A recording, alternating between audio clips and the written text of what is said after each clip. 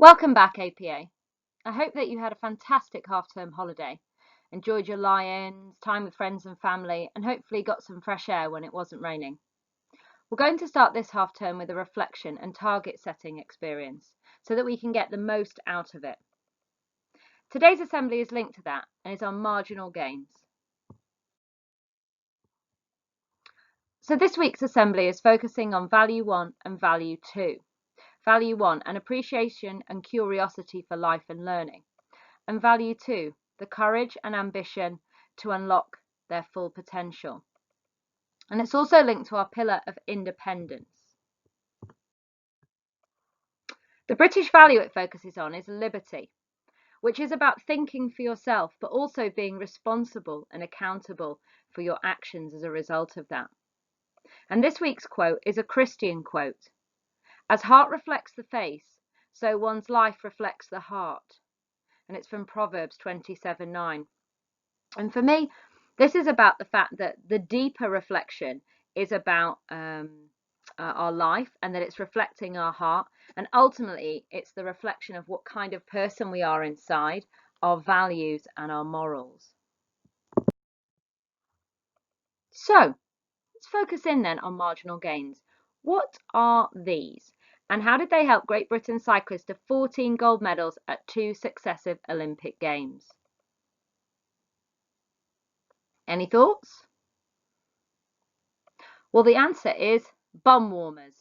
They're used to warm the huge muscles in the bums and upper legs of British Olympic cyclists so that they can start 1/100th of a second faster than their opponents. And this is one example of a marginal gain employed by the British Olympic cycling team. So marginal gains are about making a 1% change. 1% change to everything that you can do. And this was an approach adopted to increase the performance in the Olympics and the Tour de France of the British cyclists. And so it was invented by this man, Sir David Brailsford, and he at the time was head of Team Sky Cycling, and he was also the head of the Olympics, the British Olympics team, and he was the pioneer of marginal gains. And 5 years after he took over, the domination was really quite remarkable. So let's have a look at the impact of the marginal gains approach. 2008 Olympics in Beijing, 60% of all gold medals. 2012, the Home Olympics in London, 9 Olympic records, 7 world records. 2012, Bradley Wiggins was the first British man to win the Tour de France. 2013, Chris Froome became the second British man ever to win the Tour de France, and then went on to win it in 2015, 2016 and 2017. So during that period from 2007 all the way through to 2017, so that 10-year period, British cyclists achieved 178 World Championships, 66 Olympic medals and 5 Tour de France victories. And I think this is really important. People that are successful will acknowledge that it hasn't happened by accident. It hasn't come through luck. It's come through hard work. But in this approach, it's also come through marginal gains. So let's have a look at how they did it. They made a 1% change to something every single day. And here are some examples. The cyclists were taught proper hand washing techniques. They also didn't shake hands in the Olympics. All these actions, this small 1% change will have meant that they were less likely to get ill. They carried the mattresses and the pillows of every cyclist all the way to the Olympics, whether they were in Beijing or London or Rio, and they also carried them across the entire Tour de France so that every night they could sleep on their own mattress and their own pillow and get the best possible sleep and perform brilliantly the next day. And they also never changed the washing detergents and powders so that their clothes didn't irritate them and they then were thinking about their clothes and not thinking about their performance. And so what's really important about marginal gains is they don't view weakness as a threat or a problem. They actually view weakness as an opportunity to change something. So to adapt something, to change something, and to make a marginal gain. Let's look at another example. Takeru Kobayashi. And he is a speed eater from Japan. And speed eating is actually a really big sport. It's very popular and you get a lot of money for it. And the largest speed eating competition in the world is Nathan's hot dog eating contest in New York. So you have 12 minutes to eat as many hot dogs as you can. And when Takeru showed up, people just didn't think he had a chance. He was very slight, he was very short, and physically he was very different to the very large kind of supersized competitors in America. And he absolutely smashed it. He ate 50 hot dogs in 12 minutes, which doubled the previous record. So how did he do it? Well, he adopted marginal gains. So the first thing he tried different ways of eating the hot dog. So breaking it in half, for example, meant that he could use his hands differently. He experimented eating the hot dog, and the bread separately. But I think probably the thing that he's most famous for is that he videotaped himself practice eating the hot dogs, and he identified lots of different techniques he could use, including the wriggle that created more space in his stomach. And all of this approach, these marginal gains that he took, meant that he became a champion. And not just once, he went on to win the competition a further 5 times. So he's a 6-time champion in that competition.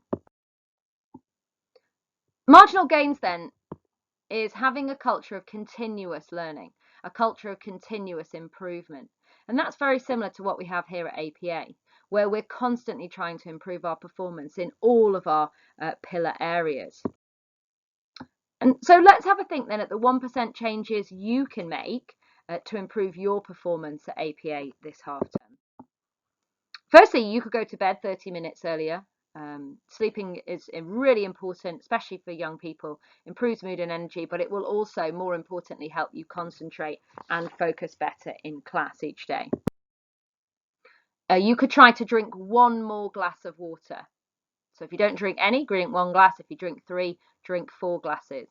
This really, really helps with your energy, your productivity. It will improve your rate of fighting infection, which is probably really important given the world we're currently living in. And it will also improve your skin. If you do, brilliantly, but if you don't, eat your 5 a day every day. This is scientifically key to us being healthy and functioning as well as we can. Trying to build revision into each night of the week all year round. I know that sounds like a lot, but 30 minutes, just half an hour of revision every day will help. You could do it on online maths programs, or you could read your English text, or you could go on Seneca. There's lots of things you could do, but cramming at the end does not work, and constantly recapping and revisiting work is the best possible way. So if you're in particularly Key Stage 4, this might be something that you can make a marginal gain change on. Exercise. Some of you will probably easily surpass the 20 minutes a day across a whole week, but for those of you that don't, exercise, building that in, really, really important. Improves your mental health, improves your attention span, and improves your memory. You could just make a simple change, for example, getting off the bus 1 step before home and walking that final step, and that, if you did that every day, would really have a positive impact on your mental health. Being organised is really, really helpful. Knowing what you've got to do, making sure you're checking on Teams, checking your homework, keeping a notebook of a to-do list of any other things you have to do, or a revision list, and it will help you be more productive and get more out of your homework and weekend time. And saying please and thank you, really small, easy, marginal gain to make. But being nice to people, being polite, is a really important part of being in a community. It makes other people feel good about themselves, but it also will make you feel good about yourself when you use your manners. So let's think about how this half term we can all use our manners around the building. Another marginal gain we can make is by turning off our screen 30 minutes before we go to bed. So blue screens like phones and iPads, tablets, computers can affect our hormones, and that they are the hormones that regulate our sleep cycle. So if we can turn these off 30 minutes before we go to sleep, maybe read a book, listen to a podcast or the radio, it will improve your going off to sleep, which will improve your sleep through the evening, which will lead to increased focus in school the next day.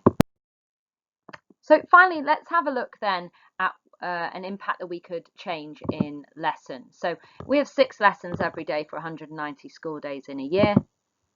So 6 times 190 is 1,140 lessons a year. If we waste 5 minutes in every single one of those lessons, that's going to be 5,700 minutes. That's about 95 hours, which is about 4 whole days of learning lost per year by wasting 5 minutes in every lesson.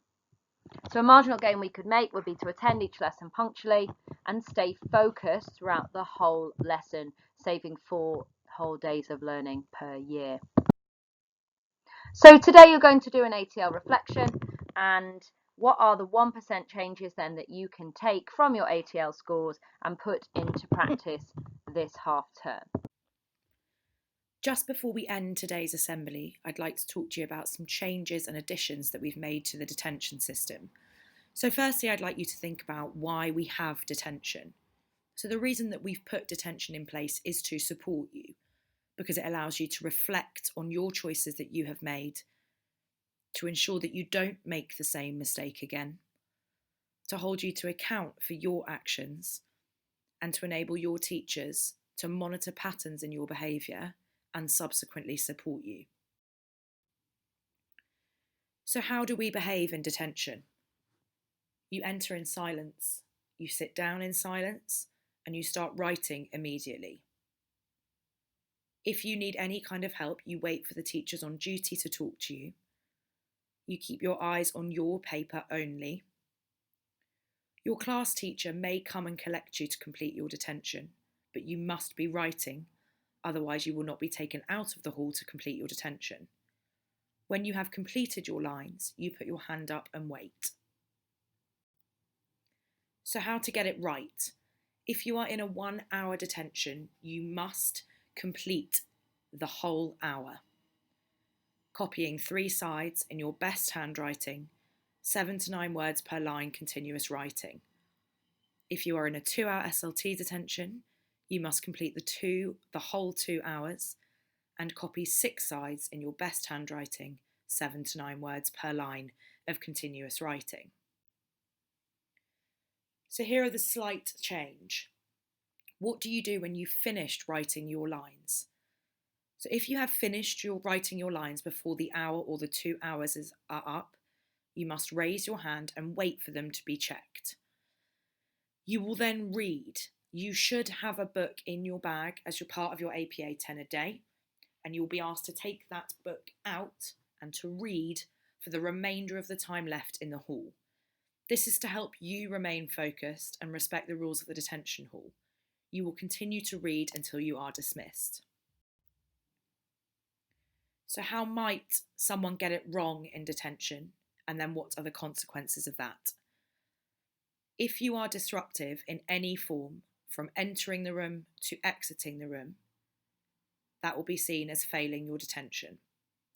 If you are defiant by not completing the lines to the best of your ability, that will also be seen as a failed detention. So what will happen if you fail your detention? Any deliberate defiance or disruption will result in an escalation. If you went in with an hour, you will end up having to do a 2 hour detention. And if you disrupt the SLT detention, you will be isolated the following day and repeat your 2 hour detention.